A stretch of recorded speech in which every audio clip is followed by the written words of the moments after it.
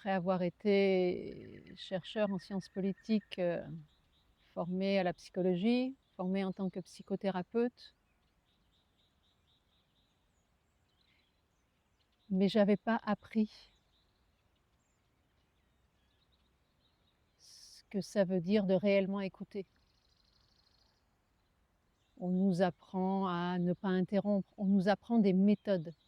On nous apprend pas à être un meilleur être humain et étant un meilleur être humain,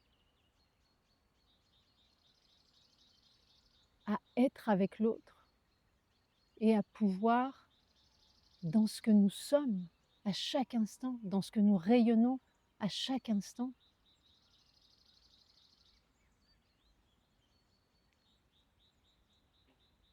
pouvoir être un soutien pour l'autre, sans avoir besoin de lui expliquer la vie. Parce que quand on lui explique la vie, on se met dans une position où l'autre est en dessous et c'est déjà raté. Donc toute cette subtilité de l'art de la relation, là aussi c'est pour moi, quelque chose que je trouve nulle part ailleurs, que je trouve fabuleux, qui pour Tarabtoulkou était la suite logique de cette reconnexion à soi.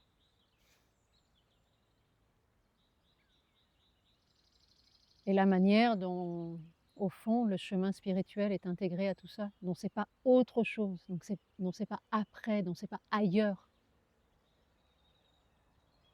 C'est déjà là, c'est la même chose.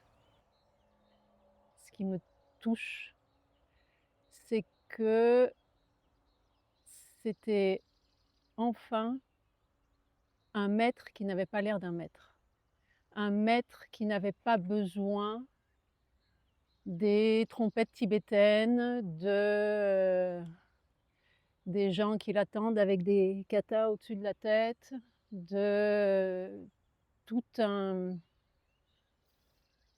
ce que moi, dans d'autres enseignements, je vivais comme un folklore et qui n'avait pas non plus besoin qu'on récite des choses qu'on ne comprenait pas.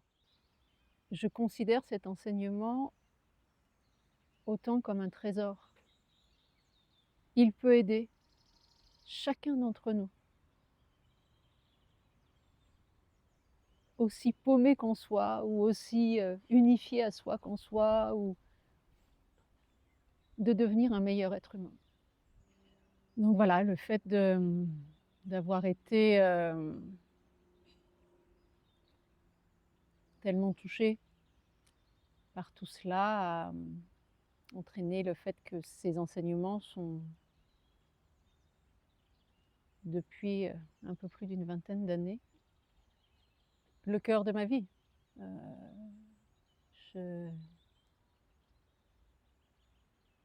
j'ai passé beaucoup de temps à étudier, réaliser en moi, commencer à partager et puis, je suis au tout début.